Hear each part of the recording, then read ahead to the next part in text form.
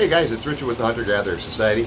Hi, I'm home today and just not planning on heading out into the woods. I've got a project here I need to tend to though, and that is the patio garden. I haven't done an update in quite a while. It continues to flourish, but it has literally gotten out of hand. Now, you're not going to be able to see it as much now because I've actually already harvested quite a bit, and I'll show that to you in a moment. But today's project was just get this thing back under control. And then I'll use what I harvest today for my smoothie protein shakes, protein powder. So I make a green protein powder, and it's the moringa and the katuk, those are very high in vegetable protein, and then of course a lot of other nutrients as well. So let me show you where it's at right now, and then I'll show you the pile I've already harvested. So you can't tell it now, but this was actually reaching out beyond the patio ceiling, and I've trimmed it quite a bit now, so it's looking a little thin.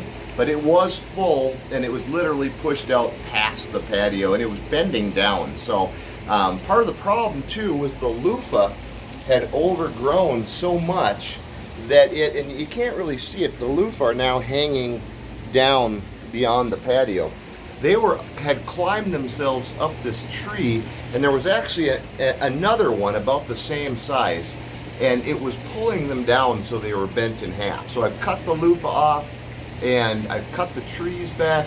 I've tied them to a stake so that they stand straight up, and then I've left this one. This one here is probably about 4 or 5 feet tall. And you can see that what they do is they grow real tall with no leaves on them, and then they kind of sprout out at the top. That's because that's where they get the sun.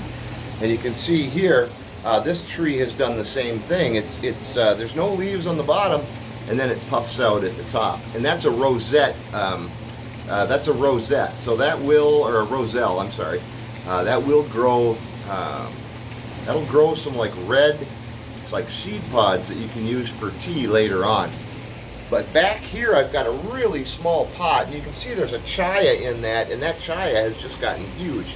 So I need to pull that back and figure out exactly what's there.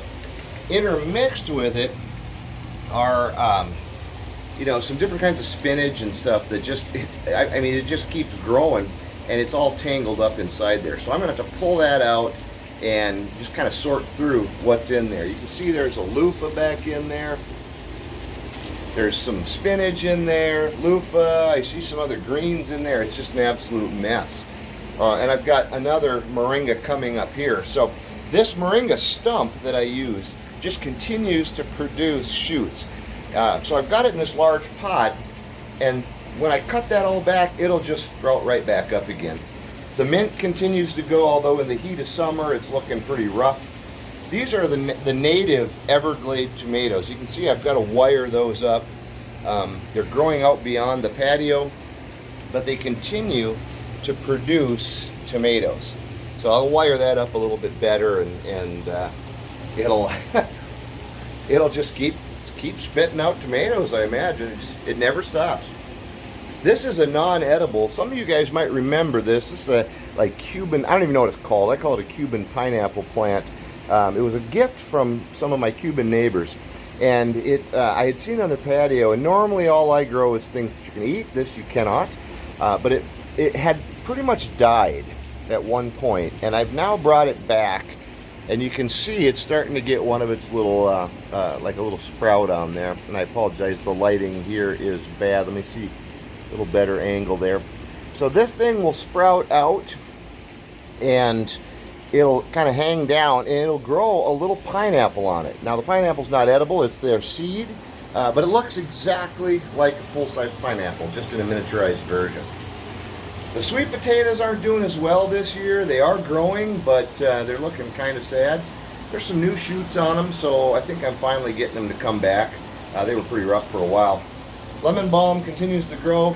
The katuks are there. They seem healthy. They're not doing much right now, but they do seem healthy. My other unedible is my pitcher plant. It's looking a little sad. I've got to get in there and trim it. It produced seeds, and I went ahead and let it grow. As you can see here, it's growing all the way to the ceiling, so I've got to cut that back. And then I'm going to take all those seeds out of there, and I'll probably start some young pitcher plants. And you can see the pitchers here that hang down. They've got moisture in them. That one needs to be cut off, it's dying. There's a young one in there that's just starting.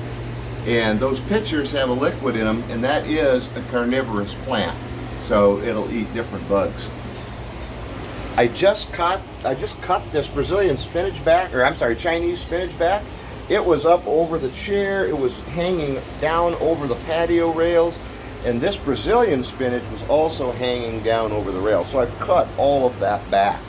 And I've still got the rosemary going, I've still got the different oreganos that are going, and so everything is doing very, very well. I've even got a new Chinese spinach that's growing here. You can see it's pretty well rooted there, so I've got to get it into some dirt today. So again, it just continues to produce, and I use this frequently. I've got basil down in there. I've got the Thai peppers, I'm sorry, the bird peppers. You can actually see the little peppers on there. I use those in some different recipes, like stir fries and things. So I continue to harvest off of this. And you can see here I've got to redo that. That's the garlic chives, and they just continue to produce, and they're fabulous. I love them in like scrambled eggs, tacos. And so it continues to produce. I continue to harvest from it, but it has just gotten out of hand. And so today is kind of cleanup day. Let me show you just the little bit of a harvest that I got this morning off of it.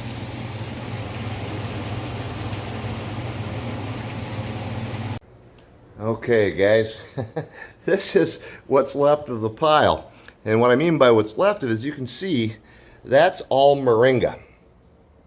Now I still have the downstairs patio, and I could harvest the moringa off there. I think I'm going to let it go ahead and grow, but it would be ready to harvest. And this is all the spinach. Let me get around this. You can see this is a massive, massive pile of spinach. And so what I'm going to do is cut that down. There's the Chinese spinach. There's the Brazilian spinach. I'm going to take all the leaves off of that. I'll break that down into just the leaves. And then that's all going into the dehydrator. And that will make the green protein powder that I use in smoothies. Works very, very well. It's a mild flavor, so it blends real well into like a fruit smoothie. And of course, the nutrients content on that is absolutely fabulous, because it's all, you know, just organically grown right here.